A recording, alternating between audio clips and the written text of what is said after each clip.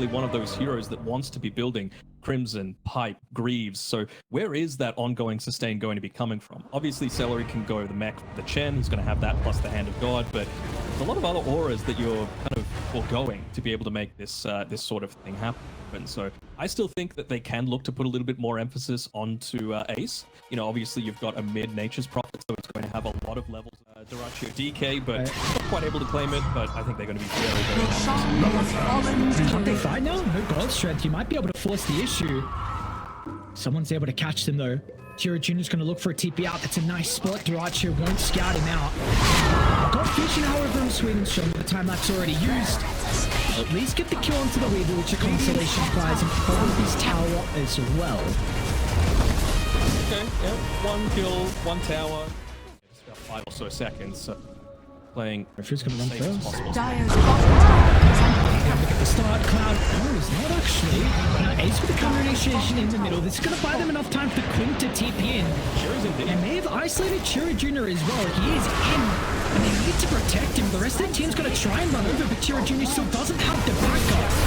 Can you take the fight 4 on 5 now? But the BKB is going to get activated from Dyrachyo with the turn. Cloud in a lot of danger. Look at the damage start to rain in the crits along with the minus armor. This was just a messy fight. 1W.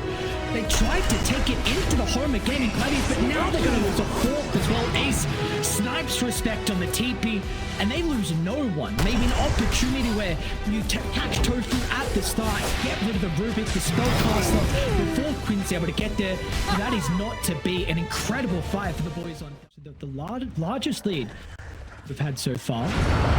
Good lane, Cloud maybe gives them an opportunity. That's yet to be activated with the team late to actually move over, so there will be no fight had. And they're still sticking around bottom, and Kushi didn't want to join them. I think Chira Jr. as well, so a big opportunity. Mid pushed in, top pushed in. Maybe some objectives to be had. Dyrachyo with that level 20 is really ready to go. And look at his item build as well, right? He's gotten into the Daedalus. I was saying he needs to be a little bit more farm oriented, not play the Dyrachyo way, just putting himself in harm's way a lot of the time. And he's sat back, he's got food, like you said, that level 20, he's got the extra attack range as well, so he's your big sieger. And I just want to point out as well a few of the itemization.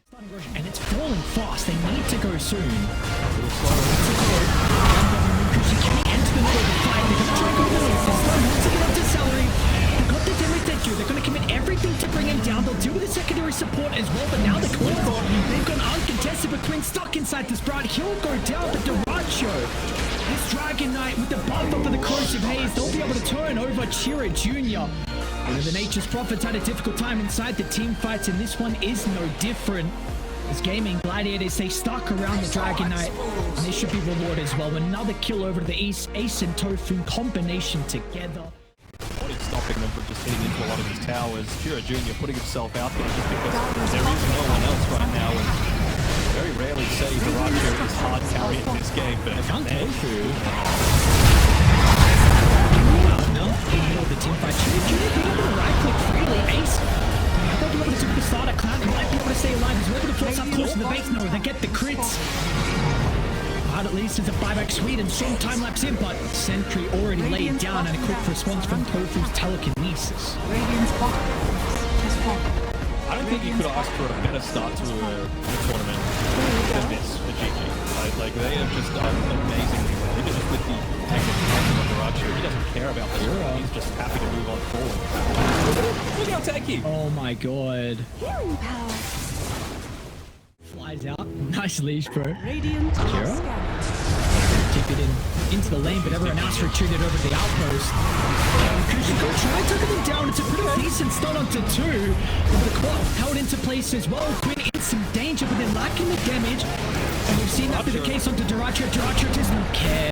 Stands his ground. They just don't have the answer towards the Dragon Knight. He's going to go uncontested. It's only 1 death for him. They'll be able to deal with Tofu, but it just doesn't matter in the end. This goddamn Dragon Knight, Dyrachyo has made it look flawless so far, and might be able to get respect. Ace is there in the nick of time. Respect will go down as well.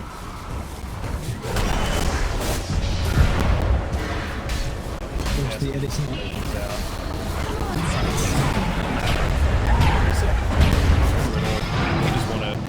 just like have a bit of a party here. Durachio's feeling himself a little bit. He doesn't want to hit towers. He wants to kill people. He feels unkillable. Look at Ace.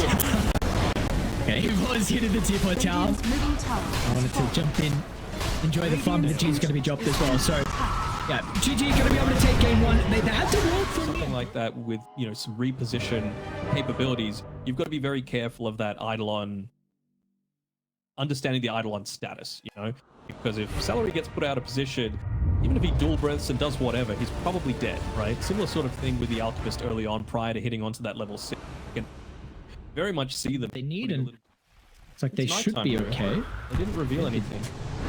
Okay, jumps to low ground. Swedish home. He's got Chira Jr. along with respect here. So the Red Ranger's going to run straight into the members on 1W, but Quinn, he doesn't care. They don't have enough to deal with the mid laner, and now Sweden Strong, he's going to be caught out in the tree line as well. So another bit of a messy engagement. I thought it maybe would have favored 1W with the Primal Beast and Enchantress together, running to the high ground of the Wind Ranger, but not to be with them lacking the damage. Now Quinn has a DD as well. Some of that vision they need. There's a Celery. And they're going to make the jump. It's off the mark from Sweden Strong. A little bit uncharacteristic, especially from his Marcy, one of his better heroes, but I was going to be able to avoid the jump. And now with the fight over the power room, over the Primal Beast way, this is a tanky hero. Maybe he's not so tanky. Okay, never mind. Everything dropped. He's gone. And now Sweden Strong's going to die to the Assassinate as well, as Quinn's not done. Xfire was still running for a little bit as Ace is trying to get in range for the X-Marks, and he will find it. Another drag back, and look at the Racho here for the cleanup and to get involved in the tower. And we thought was going to be a little bit tankier, not to be, and now GG, a lot of map control going their way. Even through the Assassinate, if he didn't end up doing that. My sprites are with us. Posturing from Raiden in the mid lane is going to result in a kill to respect. They were smoking down to bottom to get Duracho, but now they're going to turn to mid. We saw this previously last game where Respect was able to stay alive long enough, and it's going to be the case once again as Cloud is ready with the Blink Black Hole. They've got to be cautious if they can group up, and Gamer doing a pretty good job to split away. Hopefully will go down to stop, but some of the damage, it's lacking. Finally Cloud, he sees an opportunity for the Black Hole to clip onto 2, and the control is everything they need. It's going to enable Mukushi to get the damage, but it's just kills onto 2 supports. They don't get some valuable kills. Duracho is fine. He's got Chemical Rage. There's going to be a turnaround. Drag back onto Chira Jr. Duracho, another round of the concoction's going to come out in a couple of seconds. He'll try and lock onto the Primal Beast. A nice toss away from Sweden Strong, but it's not going to matter. Duracho will find one. A snipe just missed onto Sweden Strong, so he's going to be able to stay alive, but Concoction, it's up in a couple of seconds. Respect, he will not be someone with the same fate as the rest of his team. As Gaming Gladiators, when you have a difficult time at being able to kill Respect, maybe that was enough to set up for the Black Hole. Or to participate in any sort of team fights on 1W, whereas not really the case on Gaming Gladiators, right? Jakiro backline, Sniper backline. Tonka can get in amongst it, but he can do a ton from the backline as well. Same sort of thing with Quinn. It's really only Duracho who's the farm that putting himself in any sort of danger.